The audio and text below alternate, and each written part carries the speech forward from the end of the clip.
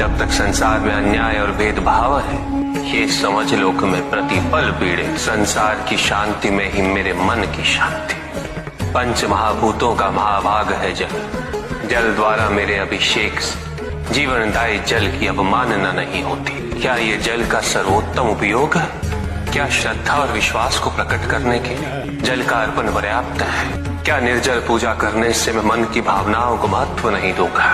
जल आत्मा की संजीवनी है। असंख्य मनुष्य व जीव जंतु जल के अभाव में जीवित रहने के लिए विवश रहते। न जाने कितने व्यक्ति जल की एक बूंद के लिए तिरछित रहते। ऐसे में जब नदी की भांति जल मुझ पर अर्पित किया जाए, मुझे पीड़ा होती है।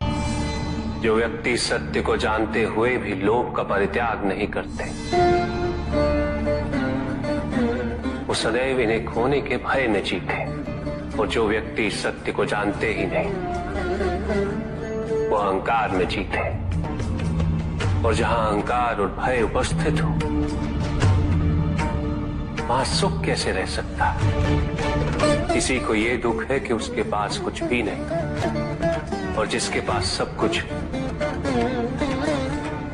उसे ये दुख है कि पाने को कुछ शेष नहीं। उपासना में यदि मेरे जैसे हो जाने का भाव है, तो मेरी सच्ची उपासना है।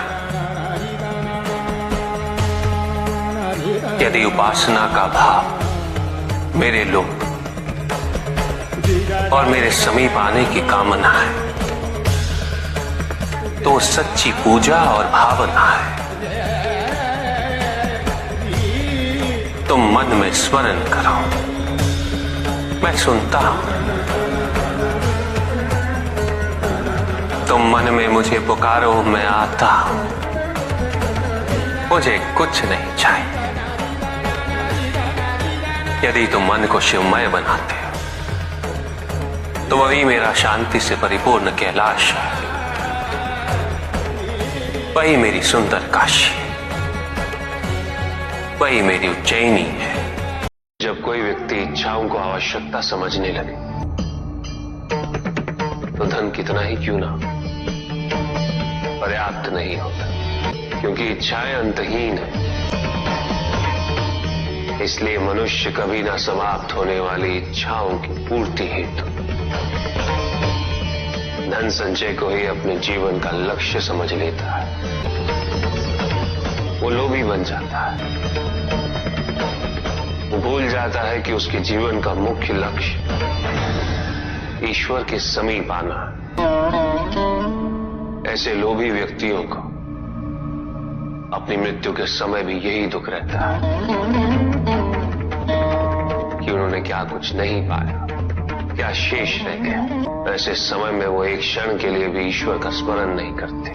अपने जीवन की निरर्थकता और व्यर्थता का बोध नहीं होता। इस सागर के समान मनुष्य का मन भी अत्यंत विशाल होता है देवर्षि, अनंत है।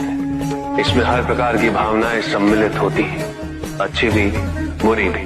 अनियंत्रित स्वतंत्रता, मन को एकाग्र करने की प्रक्रिया भी मंथन के समान है, जिसमें विरोधी भाव एक साथ मिलकर महासागर को मथना आरंभ करते हैं। मंथन के पश्चात सर्वप्रथम जिसकी अनुभूति होती है, वो है कष्ट, पीड़ा। आत्मज्ञान का अमृत प्राप्त करने हेतु हलाल समान कष्ट व पीड़ा को सहना अनिवार्य है। जो मनुष्य इसे स्वीकार्य नहीं करेगा, वो आध्यात्मिक पथ तक नहीं पहुंच सकता। इसे स्वीकार्य किए बिना मनुष्य आध्यात्म पथ पर कभी सफल नहीं हो सकता। यदि हम त्रिकालदर्शी हैं और जानते हैं कि कौन क्या वरदान मांगेगा और उसका क्या दुरुपयोग है, तो हम वरदान देते ही क्यों हैं? यदि एक दृष्टि से देखा जाए, तो तुम अपने भविष्य के सारे निर्णय ले चुके हैं। तब भी नियति तुम्हें बारंबार उसी स्थान पर ले जाती कि तुम्हें स्वयं निर्णय लेने पड़े। क्यों नंदी? क्योंकि यहां उद्देश्य ये जानना नहीं है नंदी कि निर्णय कौन से लिए, अभी तो ये जानना है कि निर्णय क्यों लिए। भविष्य जानने के पश्चात भी हम वरदान एक बार नहीं, बारंबार देते, अनेकों अवसर देते। तब तक जब तक जीव अपने निर्णयों के परिणाम को और निर्णयों के कारण को समझ नहीं लेता।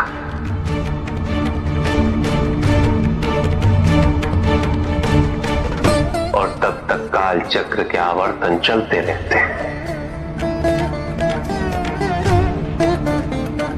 त्रिकाल ज्ञानी होने का अर्थ यह नहीं है कि हम आशाओं से परे हैं। साधक वरदान पाने तक हमारी प्रतीक्षा करता है।